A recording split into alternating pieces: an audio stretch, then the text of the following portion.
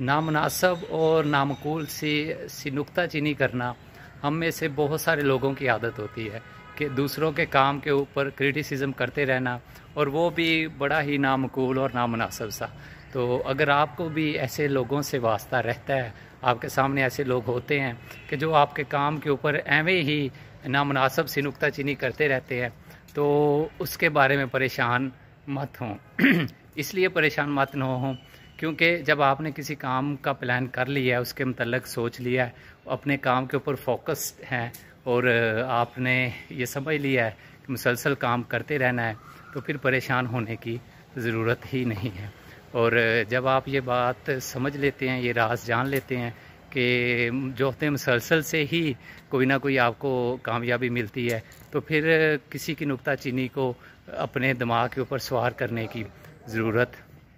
नहीं है। इसके साथ अब रही बात ये कि ये नामुनासिब और नामकूल नुक्ताचीनी अगर आपके किसी काम के ऊपर किसी तरफ से होती है, तो उसके बारे में परेशान इसलिए भी नहीं होना क्योंकि जो ज़िंदा लोग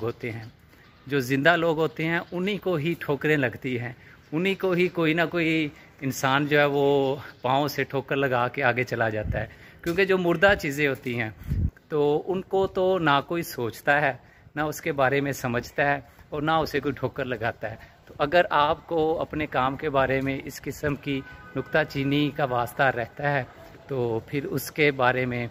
बिल्कुल बेफिक्र हो जाएं और ये बात जहन में रख लें कि आप ज़िंदा इंसान हैं और ज़िंदा दिल इंसान हैं, और आप अपने काम के ऊपर फोकस करते रहें तो यकीनन। और एक और बात कि ये जो नामुनासिब और नामकूल सी नुक्ताचीनी होती है, ये दरअसल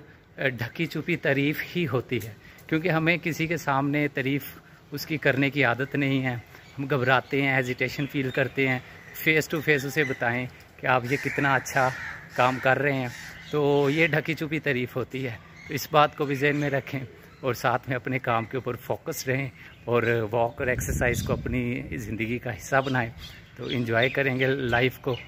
थैंक यू वेरी मच।